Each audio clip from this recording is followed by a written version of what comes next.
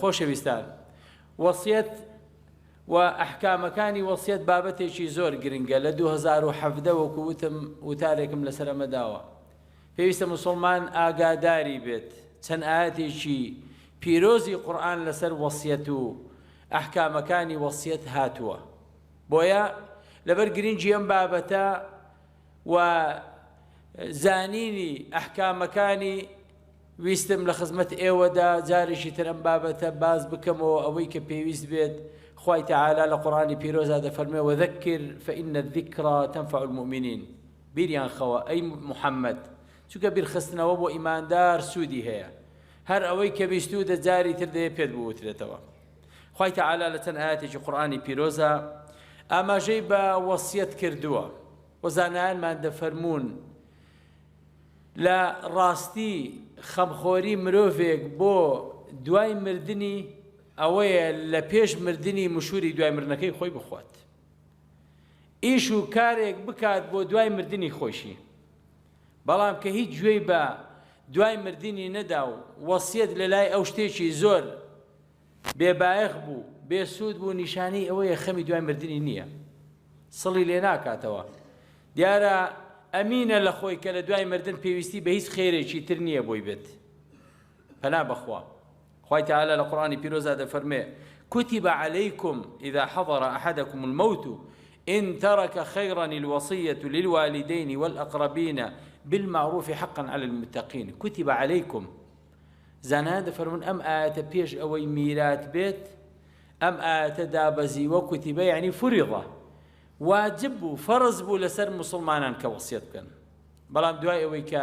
ئاەتەکانی میرات دابەزی وەسیەت لە هەندێک حاڵەتە بە واجبی ماوە و لە هەندێک حاڵەتیشا بە سونەتی. یعنی ئەقلی ئەحوالی وەسیەت ئەوەیە کە موسڵمان دەبێ بزانێت سونەتێکی گەورەیە. ئەگەر حەقێکی گرنگیشی لەسەر نەبێت باسی کات، وەسیەتکردن سونەتێکی گەورەیە. كتب عليكم لسرتان شون دفرمي كتب عليكم الصيام لقرآنا هر أواج دفرمي كتب عليكم إذا حضر أحدكم الموت إن ترك خيرا الوصية. خواهي يقولوا وصيتي شي لسريوة مسيوة فرضي كردوا بلى. لا أترى دفرمي يا أيها الذين آمنوا شهادة بينكم إذا حضر أحدكم الموت حين الوصية اثنان ذوى عدل منكم. ئەحکامەکانی مان پێ دەڵێت کە لەسەر مەرگا بوون وەسیەتتان کرد شاهیدتان با هەبێت. لە ئاەتترا دەفەرمێن من بعدی وەصیەتین تووصونە بها ئەی ئەو دەین. هەموو باب ئاەتەکانی میرات کە خوای تەعالا لە قورئانە دایبەزاندووە باسی میرات دەکات، بەس پێشوەخت پێمان دەفەرمێت میرات دابەش ناکرێت تا وەکو قەرز و وەسیەت یەکلا نەکرێتەوە. وەسیەت ئەوەنە گرنگە، نابێت ئەولاد داوای ماڵی خۆی کا لە دوای وەفاتی باوکی کوڕوکت تا جارێ سیر نەکرێ بزانێ و باوکە وەسیەتی نەکردووە. وەسیەت لە پێش دابەشکردنی میراتە،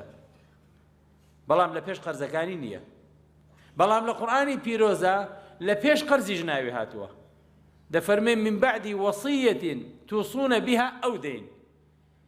کەی میرات بەش دەکەن؟ لە دوای دووشت، یەکەمیان وەسیەت، ئینجا قەرز. زاناکارمان دەفەرمون ئەم ئاەتە بەڵێ وەسیەتی پێش خستووە، بەڵام لە حەقیقەتا دەبێ قەرزدارێ بدرێتەوە. کەسێک مردووە و قەرزارە جارێ بێ قەرزەکانی بۆ بدرێتەوە، ئینجا بین باس بزانین وەسیەتی بۆ چێ کردووە. ئینجا لە مەرحەلەی سێیەمدا هەنگاوی سێم چی مایەوە بۆ میراتگرەکان. دەفەرمون خوای تەعالا بۆیە پێشی خستووە چونکە وەسیەت بۆ کراو، چونکە مافی خۆی نییە، میراتگری ئەم مردووە نییە، لە ڕووی نایە بڵێ بەخوا باوکتان وەسەتی بۆم کردووە، لە ڕووی نایە داوا بکات. خوای تەعالا لەبەر ئەوەی مرۆڤ ئەوەندە بە قەدرە لای خوای گەورە، ئەوەندە ڕێزی لێنراوە دوای حیساب بۆ قسەکانی خۆی دەکرێت. مادام وەسیەتی کردووە فڵانە شەخص بەشێکی ماڵەکەی ببات، خوای تەعالا لە قورئانە دەفەرمێ پێش میرات و پێش قەرز باسی کامانی کردو، باسی وەسیەتی کردووە. بەڵام دووبارەی دەکەمەوە بۆی تێکەڵ نەبێت، قەرز یەکەم شتێکە لە ماڵی مردوو جیا دەکرێتەوە، ئینجا وەسیەتە، ئینجا میراتی دابەش دەکرێت. ئەوە نەگرنگە. بۆیە کەس وابیر نەکاتەوە بڵێ تا خۆم پێم بوێت وەسیەتی شوێ، باوکم کەیفی خۆیەتی وەسیەتی بۆ چێ کردووە. نەوەڵڵا لە قورئانە وەسیەتەکە پێش میراتیە. بۆیە کە وەسیەتی کردبوو بەڵام سنووری خۆی هەیە کە باسی دەکەین کە وەسیەتی کردبوو پێشوەخت دەبێ وەسیەتەکە جێبەجێ بکرێت. پێغەمبەری ئیسلام عليه الصلاة والسلام دەفەرمێت ما حق امرئ مسلم له شيء يوصي فيه يبيت ليلتين إلا ووصيته مكتوبة عنده. ڕەوان نییە بۆ هیچ مسلمانێک وەسیەتێک کە پێویست بێ بینووسێت شایەتیەک حەقێک لەسەریەتی کە خۆی دەیزانێت ڕەوان نییە بخەوێت و لەژێر سەرینەکەی وەسیەتەکە ئامادە نەبێت دوو شەو نابێ بخەویت و وەسیەتەکەت نەکردبێت واتە تۆ زانی حەقی کەسێکت لە بەقسەکەی تۆ حەقێک یەکلا دەبێتەوە مافی کەسێک قەرزاری قەرزت لە لای کەسێکە کۆمەڵێک شت خۆت نەبێت کەس نایزانێت ڕەوان نییە دوو شەو بخەویت و وەسیەتەکە لەژێر سەرینەکەت نەبێت. بۆیە ئیبن عومەر ڕەزای خوای بێ دەفەرمێت ما مرت علي ليلة منذ سمعت رسول الله صلى الله عليه وسلم قال ذلك إلا وعندي وصيتي. لو ساتوا أم فرموديم لبيغمبري خواو بيستوا عليه الصلاة والسلام قد شويك بسرم داتي نبريوا كمل وصيتك لجير سرينا كم نبوبت وصيتي خوم كردوا هارتان دا گنجيش بو ابن عمر رضا ورحمتي خواي لبت ووصيت أواندا گرنگا خواي قبلها الرشيلة وكسانة كردوا كالدواي مردني وصيتكار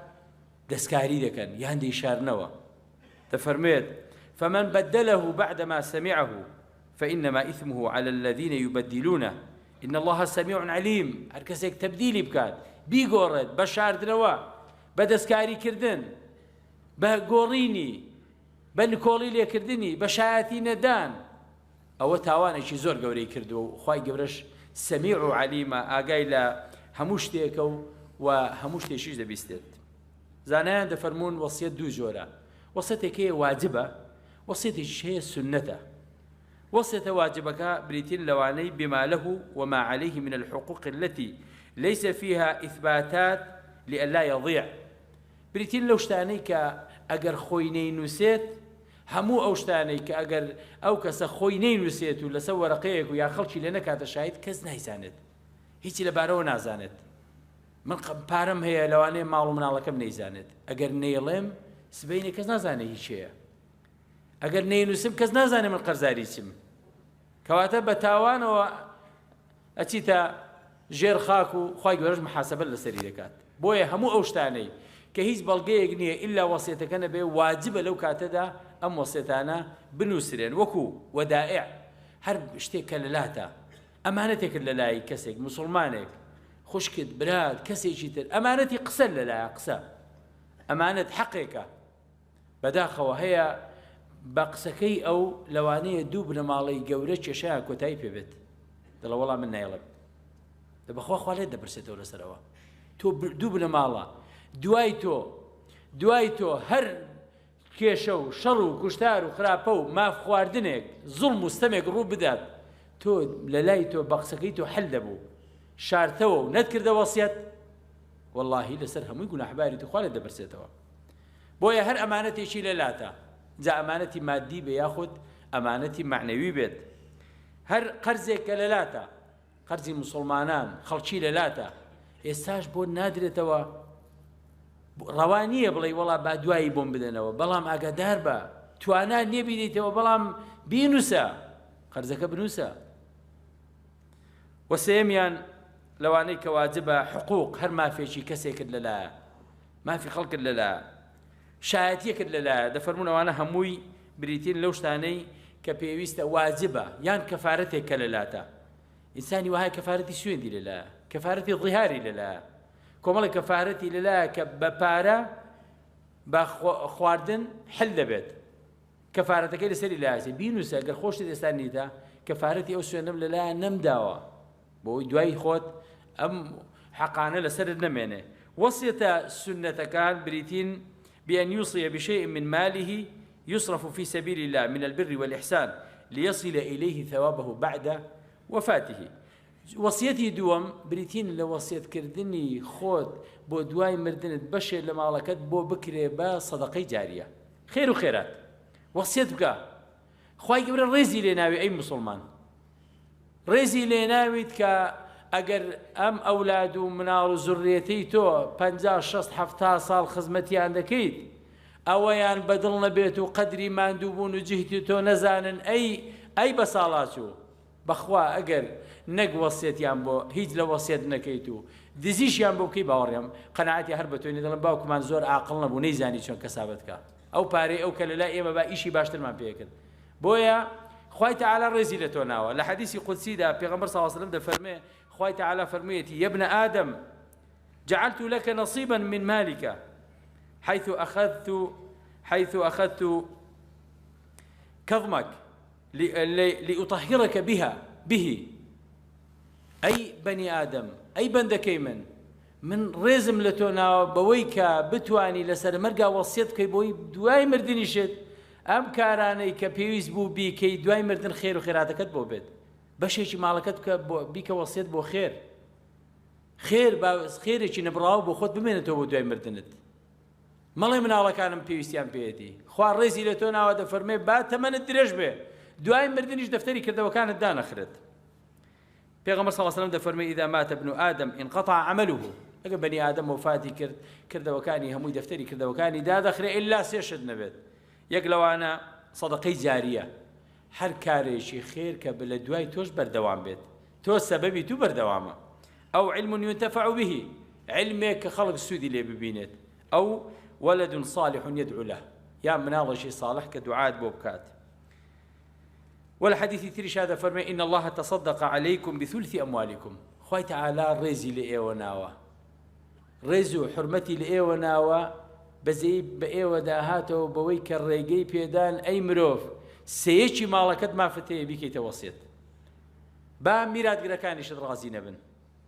بوت هي سيشي مالكت أقر هرشي كرو كتو أولادته رازي نبي بما بوت هي وصيت بقى بلي سيشي مالكم لدواي خوم بو دروس كردني مزقوتك بۆ دروستکردنی خەستەخانەیەک بۆ ڕێگاوبانێک بۆ خەڵکی مناڵی بێباوک بێت بۆ بنکەیەکی قورئان بێت بۆ فێرکردنی علمی شەرعی بێ یەکێک لەو شتانەی کە پێیان دەگوترێت سەدەقەی جاریە کە هیچ یاڕادن خوای تەعالی ڕێزی لە تۆ ناوە کە سەیەکی ماڵەکەت عند وفاتكم زيادة في حياتكم ليجعلها لكم زيادة في أعمالكم وەکو تەمەنی خۆت درێژکەیتەوە ئەی مرۆڤ وەکو تۆ لە 70 ساڵی مردوویت بەڵام پارەیەکت شتێکت داناوە تا 50 ساڵی تر دوای ئەوە وەکو تۆ 120 ساڵ ژیابیت زیادەتەن فی ئەعماریکم حیاتیکم تەمەنی خۆت درێژ دەکەیت بە پارەکەی خۆت لە دنیادا زۆرت خۆشویستووە ناتوانی بیبەخشی دەی لەسەر مەرگە لە پێش مردن تا ئەوەندە هەوڵ بدە ئەمە ئیشە بۆ خۆت بکەیت پەرۆشی مناڵت نەبێت والله مناڵی وان بینیوە عائلی وان بینیوە من تا ئەو کاتەی باوکیان لە ژیان نابووە لە سەختترین حاڵی ژیان نابوون بە وەفاتی باوکیان خوای گەورە خێر و بەرەکەتی بەسەر ئەڕشتون یعنی هەموو کوڕەکانی و کچەکانی یعنی ژیانێکیان هەبووە نەبێتەوە بۆیە ئێمە هەمومان وەکو باوک و دایک بەزەییمان زۆرە بە مناڵەکانمان دەڵێن با محتاج نەبن با بەخوا ڕزقی تۆش و ئەوانیش خوای دات تۆ جوهدی خۆتت کردووە تۆ 70 ساڵ کۆشش و مادووبوون بە ئەولادەکەت دەکەیت کە قەدری ئەمە نەزانێت قەدری بەخوا دوایەویشت نازانێت بۆیە ئاوا قسە دەکەم لەگەڵ ئێوەی خۆشەویستان حەقێکی گەورەی هەموو مرۆڤێکە بۆ خۆی بەکاری بێنێت تەواو ئاخیری ژیانت کارێک کە بۆی تەمەنت درێژتر بێت کۆمەڵێک ئەحکام باز دەکەم یەک لەوانە تا چەند مسلمان بۆی هەیە کە پارە جیا کاتەوە وەسیەت بکە بۆ دوای مردنی خۆی حەدیثی ئاەتەکە کە ئێستا حەدیثەکەم خوێندەوە و حەدیثی شتریشمان لەو بارەیە هەیە کە دەفەرمێ الثلث والثلث كثير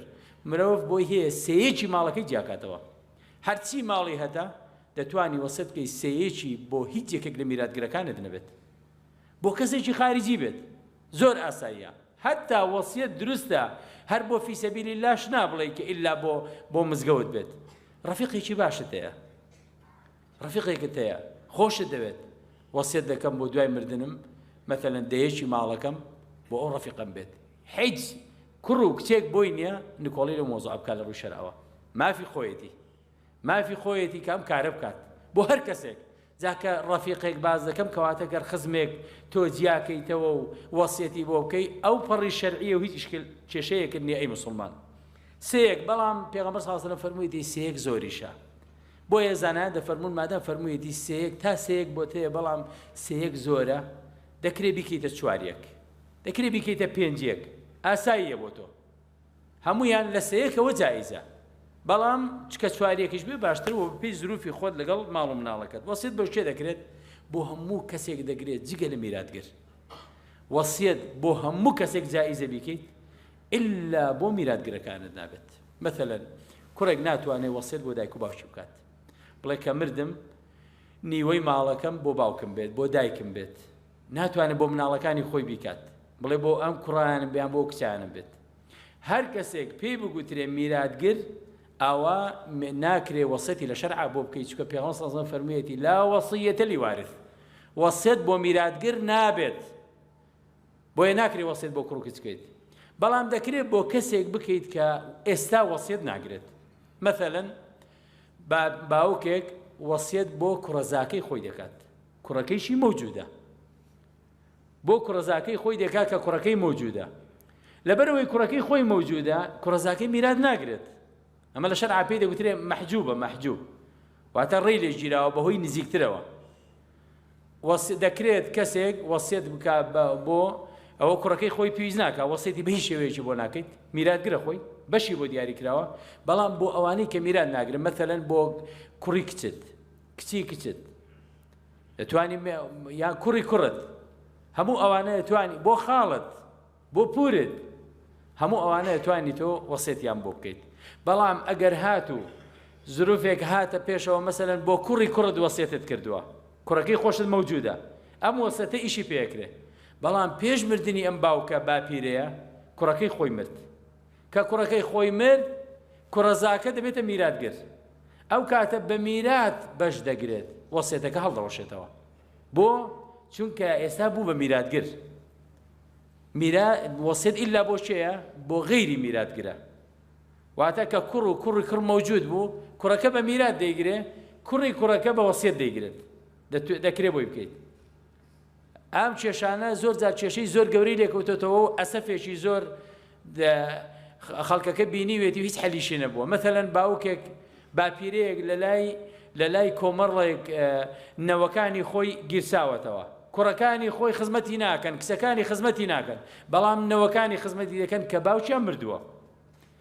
هەموو تەمەنی 15-20 ساڵ لەگەڵ نەوەکانی خۆی ژیاوە دوایەوە کە وەفات دەکا شەرعەکە نازانێت کە وەفات دەکات و دوای وەفات دێنە سەر میراتی هەموو ئەم کوڕکچانەی کە لەگەڵیشی خراپ بوون و تا ئێستا خزمەتیان نەکردو میرات دەگرن بەڵام نەوەکانی کە خزمەتیان کردو لەگەڵیان ژیاوە میرات ناگرن بۆیە پێشوەخت وەسیەت بۆ ئەوانە بکەی مسڵمان ئەوانە میرات ناگرن بۆ چونکە نزیکتر لە پێشە هەموو ئەوانەی دەتەوێت چاکەیان لەگەڵا بکەیت کە شیاوی چاکە لەگەڵکردن دەتوانی لە وەسیەتا بینووسیت ئللا بۆ شێ نەینووسیت بۆ میراتگرەکان نەینووسیت بۆ میراتگر نابێ بینووسیت وەسیەت بۆ خزم دەکرێت هەر خزمێکی خۆت کە میرات ناگرێت لێتەوە نزیکە و دەتەوێت چاکەی لەگەڵا بکەیت اینجا لەگەڵت باش بۆ یان بەزەیت پێایەتەوە هەر شتێک لەوانە بێت تۆ مافی خۆت وەکو مسڵمان وەسەتی بۆ بکەیت و بۆ کوڕ و کچەکانیشت نەهاتوە ڕێگری لەم وەسیەت نووسینە بکەن لە کاتی ژیانی خۆتە و لە دوای مردنیشت بۆیان نی هەڵی بوەشێنەوە تاوانێکی گەورەیە بۆیە ئینسان دەتوانێت مەثەلەن کچێکی زۆری لەگەڵ باشە بەڵام هی لەبەر ئەوەی کوڕی زۆری هەیە کچەکەی هیچی ناگرێت شتێکی کەم نەبێت بەشەکەی خۆی دەیەوێت لەگەڵی باشتر بێت دەتوانێت وەسیەت بۆ کچە زاکەی بکات ئەمە هەم کچەکەی گرتی وەک کچە زاکەش دەتوانێت وەسیەتی بۆ بکە ئەو بە وەسیەت بیگرێت نەک بە میرات چونکە نایگرێت بەو شێوەیە نەبێت ومێد دەکەم کە لەم بابەتە تێگەیشتە بن هەندێک حەق و حقوق هەیە جاری وا هەیە یعنی دەبێتە داخی دڵ بۆ ئەو خەڵکە دڵ ئاخ چی بکەم وەرە ئەم هەموو خزمەتەی کراوە ئەخیریش نەیتوانی چاکەیەکیان لەگەڵ بکە ئەگەر لە دینەکە شارەزابی لە وەسیەت شارەزابی ئەم کێشانە کۆتاییان پێدێت بە وەسیەت تۆ توانیت چاکەی چاکەکاران بیتەوە ئەی مسڵمان حەقێک لەسەر تە بیدەیتەوە لە ڕێگەی وەسیەتەوە یەکێشتر لەوانەی کە وەسیەتیان دروستە بۆیان بکەی بۆ هەموو خزمێکت کە ئەگەر نزیکیشە بەڵام میرات لە تۆ ناگرێ بەهۆی جیاوازی دینەکەتەوە واتە غەیر المسلمین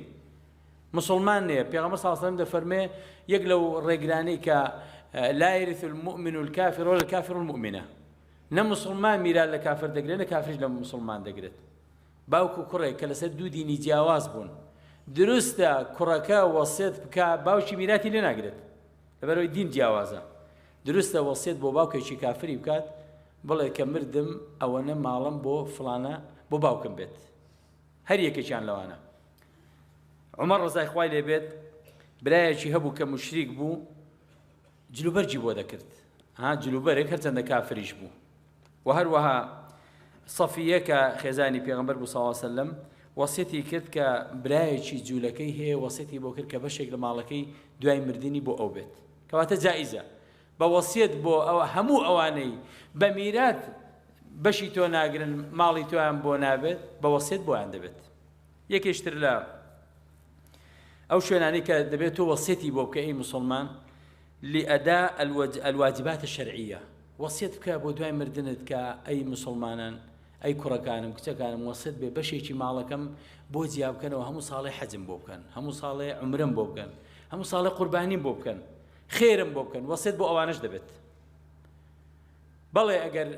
بە کوڕ و کچەکە بیکات هەر ئینشاڵڵا خێری پێدەگات بەڵام کە وەسیەتت کرد ئەگەر هەموو ساڵێک بۆت بکەن تۆ ئەجرەکەی خۆتت هەیە لەسەری ئافرەت هێکات بۆ لای پێغەمبەری خوا فەرمووی کەسێک هات نەک ئافرەت نەبوو فەرمووی ئینە ئومی افتولتت نفسها وأنها لو تكلمت تصدقت أي پێغەمبەری خوا دایکم لە نەکاو مرد و دڵنیاشم ئەگەر کتوب پڕ نەمرد بایە ئەوە وەسیەتی دەکرد کە خێر و خێرات و سەدەقەی بۆ بکەین أفأتصدق عنها صدقي بوبكم قال نعم تصدق عنها أي بلى صدقي بوبك وخيري بوبك كوات نيتي خوت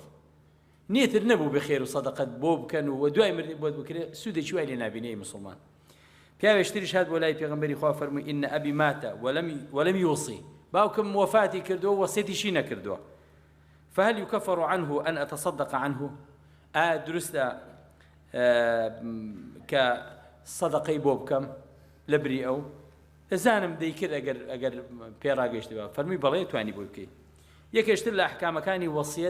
وصية جيبجي ناكرة تامر دني وصية كار بويا مثلا أجر باوكي يان بيايق وصيتي كردوا بشيشي مالكي بو كرزايشي بيت ككركي خوشي موجودة يان بلايم سارم كمردن بابو كرزاكم بيت نامي هل يستوى التصرف في بيوبكا بلا مالي خوما دسكارينا كان نايفروشن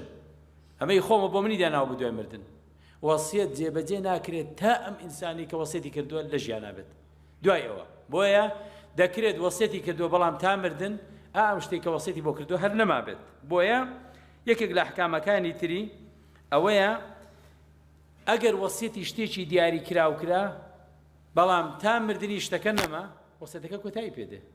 وصيتم كردوا دواي مردنم پێنجێکی ماڵەکەم بۆ کچەزاکەم بێت بەڵام کە مردم هیچم نەما تەواو وەسیەتم کردووە خانوویەکەم هەیە ئەگەر مردم لەم خانووەیە کە دیاریم کردووە پێنجێکی بۆ ئەو بێ بەڵام پێش مردنم خانووەکە نەماوە کۆتایی پێدێ کەواتە ئللا وەسیەت لەو شتەیە دەکرێت کە دیاری کراوە بەڵام کە نەما هەڵدەوەشێتەوە و بۆشی نییە داوای کا وەسیەت بۆ کراوە داوای بکات وەسیەت ناوێ بۆ شتی تاوان بکرێ مسلمانان مثلا بۆ کارێکی ناشەرعی بۆ دروستکردنی بینایەک مەشروعێک کە ئەسڵی لە شەرعا جێگەی نابێتەوە دروست نییە وەسیەت بۆ وایە بکرێت دروستکردنی مەسەڵەن کەنیسەیەک شوێنێکی کە لە شەرعا جێگەی پێدراوە حتا وەسیەتکردن بۆ تەعزیەیەکی قەرەباڵغ و پارەم زۆر بۆ سەرفکردنەوە هیچ جایز نییە دەکرێت نەکرێت یعنی میراتگرەکانی بڵێم و پارەی سەرف ناکەین وەسیەت بکە بڵێ 7 ڕۆژ خواردنم بۆ ئامادە بکەن و با خەڵک بێت و ئەوا بکەن و ئەوەنە پارەم بۆ قورئان خوێن بۆ دابنێن و ئەوانە هەمووی ناشەرعیە بۆ ئەم جۆرە وەسیەتە جێبەجێ ناکرێت یەکێشتر لە ئەحکامەکانی وەسیەت ئەوەیە وەسیەتکار دەتوانێت پەشیمان بێتەوە دەستکاری کات پێش مردنی بۆیە خەڵکێک هەیە ناوێری بیکە هەڵای خردوایی لەسەرمە بێتە ماڵ شێ دەڵێ من وەختێک نامەوێ گۆڕانکاری بەسەرا بکەم وەسیەت بکە گەنجی ئاساییە وەسیەت بکە بۆت هەیە 3 ڕۆژی تر هەڵی وەشێنیتەوە بیگۆڕی بەڵام مهم ئەوەی شاهیتە بێت وەسیەتم کردو سێیەکی ماڵەکەم بۆ فڵانە کەس بێت بەڵام دوای ساڵێکی تر 2 ساڵی تر دەڵم بەخوا ناوەڵا سێیەک زۆرە دەیکەمە 5 ئاساییە دەیگۆڕی تعدیل هەمووی تێدا جایزە تاکەی تا خۆت لە ژیانەی بۆیە بۆتەیە گرنگ ئەوەیە ئیسبات هەبێت کە تۆ وەسیەتەکەت گۆڕیوە و کەسیش بۆی نییە بڵێ وەڵا نابێت پەشیمان بیتەوە وەسیەتت بۆ کردو چۆ پەشیمانە بیتەوە نا مافی خۆتە وەسیەت مافی خۆتە دەکرێت وەسیەتەکەت ببەستیتەوە بە شتێکەوە لە شەرعە مثلا وەسیەت بێت ئەگەر فلانە کوڕم ئەوە لەگەڵم باش بێت یانم کچە ئەوە بێت ئەوە شەژیەکی ماڵەکەم بۆ کوڕەزاکەم بێت کە کوڕەکەم لەگەڵم باشە ئەگەر فلانە کەس خزمەتم کە ئەوەندەم بۆ ئەو بێت دروستە ئەمە بەستنەوەی بە شتێکەوە ئەم وەسیەتە دروستە ئەگەر هاتە دی ئەو مەرجەی دایناوە ئەوە فلانە وەسیەت بۆ کرا و مافی خۆیەتی وێگرێت ئەگەر نەهاتە دی دەتوانێت میراتگرەکانی دەتوانن نکۆڵی لێ بکەن یەکێشتر لە ئەحکامەکانی وەسیەت هەر کاتێک وەسیەت بۆ ئەو بوو زەرر لە میراتگر بدەیت هیچ مەبەستێک نەبوو ئیلا زەرر لە میراتگر نەبێ لەو کاتەدا جائز نییە بەڵام ناکرێ میراتگرەکانیش بڵێن ئاخر وەڵا هەرچی بیداتە هەر کەسێک زەرر لە ئێمە کرد نا ئەمە حسابی بۆ ناکرێت بەڵام نیەتەکە دیارە جاری وایە مەثەلەن دەیداتە کەسێک کە هیچ سوودێکی بۆ ئەو نەبووە بەڵام کە خۆی عاقڵ بوو ڕەشید بوو هیچ کێشەیەکی نەبوو وەسیەتی کرد و زەرریشی لێیان نەدا مەثەلەن میراتگر خۆ بە هیچ شتێک میراتگر لە میرات بێبەش نابێت هیچ بەشەرێک ناتوانێت کە میراتگرەکان لە حەقی خۆیان بێبەشکات بۆیە ئەوە پاساو نییە بڵێ ئاخر بەشەکەی من کەمەکات بەڵام کە زاررا بۆ زەرر لێدانی میراتگرەکانە ئەو کاتە دەکرێت هەڵبوەشێندرێتەوە یان تعدیل بکرێت یان سڵح لە بەینانە بکرێت سڵح بکرێت بەڵام بە مەرجێک بچەسپێکە ئەمە بۆ زەرر لێدانی ئەوە بەڵام بەس لەبەر ئەوەی بڵێ وەڵام میراتەکەم ئاخر کەم دەکەن نا ئەمە زەرر لێدانی پێ ناوترێت لە شەرعە بەڵێ و لە یەکێشتر لە ئەحکامەکانی وەسیەت ئەوەیە کە شاهیدی لەبارەوە بگیرێت بنووسرێتەوە وە شاهید وەگەر شاهیدیش نەبێت خۆی نووسینەوە بەهێزترین جۆرە بەهێزترین جۆرێتی کە تۆ نووسیتەوە بە شەرتێک دەست و خەتەکەی خۆی بێت و تەواو والحاصل بە هەر شێوەیەک بێت لە لای کەسێک قسەت کردووە ئەڵێ وەسیەت بێت کاکە تۆ شاهید بە لەسەر وەرەقەیەک نووسیوتەوە دوو کەست کردوتە شاهید هەرچی یەکێک لەم جۆرەشتانە کە سابت بوو و سەلمێنرا ئەمە و وەسیەتە جێبەجێ دەکرێت و هیچ مەرجی نییە هەمویان موجود بن نووسینیش و شاهدیش مەرج نییە ئەوە بێت حتا لە ئاەتەکانی وەسیەتە خوای تەعالا لە قورئانی پیرۆزدا دەفەرمێ ئەگەر دوو موسڵمانت دەست نەکەوتن ئەگەر غەیرە موسڵمانیش بەهێر دەبێت غەیرە موسڵمانیش بەهێر دەبێت بۆ شایەتی بۆیە دروستە وەسیەتەکەت بە قسە بێڵێیت بینووسیتەوە شاهێتت هەبێت شاهێتەکانت جۆرا و جۆر بن هەر یەکێکیان بێ لەوانە لە شەرعا جائزە و ئەو کۆتاشت کە باسی کەم دووبارەی دەکەمەوە ئەوەیە کە نکۆڵیکردن لە مەسەلەی میراتە تاوان مەسەلەی وەسیەتە تاوانێکی زۆر گەورەی موسڵمان ئاگادار بە ئەم باوکەت هەم دایکەتم کە سوکارەت حەقی خۆیەتی مافی خۆیەتی کە میراتی وەسیەت بەشێکی ماڵەکە بۆ دوای خۆی دابنێن جا حەقی خوای لەسرە دەیکاتە سەدەقەی جاریە یاخۆت حەقی کەسێکی لەسەر و دەیە پاداشتی باتەوە هەمویان دەستکاریکردنیان تاوانێکی زۆر گەورەیە و فشارکردن لەسەر دایک و باو بۆەوەی کەشتیوانە نووسێ دیسان تاوانێکی زۆر گەورەیە خوا مافی پێداوە بەڵام تۆی ئەولاد زۆری لە باوکو دایکت دەکەی کە ئەم مافەی خۆی جێبەجێ نەکات یا ربی خوالت دەپاڕێمەوە بە ئیسمی عەظەمت ناو سفەتە بەرز و پیرۆزەکانت عاقبەتی هەمومان بەخێر بژێڕیت یا ربی خوای تەعالا تەمەنمان درێژکەی لەسەر عەمەلی صالح کردەوەی باش وەوەمان لێ بکەی کە ئەوەندە کاری چاکەمان هەبێت بتوانین لەسرە مەرگیشە ماڵ و سەرەتی ئەومان هەبێت کە بتوانین وەسیەت بۆ کاری خێر بکەین بۆ دوای مردنی خۆشمان خوای تەعالا لێ دەپاڕێمەوە شفای نەخۆشەکانمان بدەیت بەتایبەت ئەوانەی داوای دوعای خێریان لێ کردوین چەند موسڵمانێکی ئەهلی مزگەوت داوای دوعای خێریان لە ئێوە کردووە نەخۆشن لەسەر جێگەن یا ربی خوا شفای عاجلیان بۆ بنێریت یا ربی خوا شفای عاجلیان بۆ بنێریت یا رب العالمین خوا ڕەحم بە هەموو لایەکمان بکەیت قەرزی قەرزارمان بۆ بدەیتەوە هەر موسڵمانی غەمبارە دڵی خۆشکەیت دوورە دەستیان هەیە خوا بە یەکتریان شادکەیتەوە هەر موسڵمانی کێشە و گرفتی کۆمەڵایەتی و خێزانی هەیە خوا ئاشتەوایی بخەیە نێوانیانەوە خوای تەعالا لێت دەپاڕێنەوە خێر و بەرەکەت و ڕەحمەتەکانی خۆت بەردەوام بکەی بەسەرمانە ئەم بارانە ڕەحمەتە بەردەوام بێت یا رب العالمین لە بەڵاو مصیبەت و ئاشوبیش بە دوور بین وصلی الله وسلم على نبينا محمد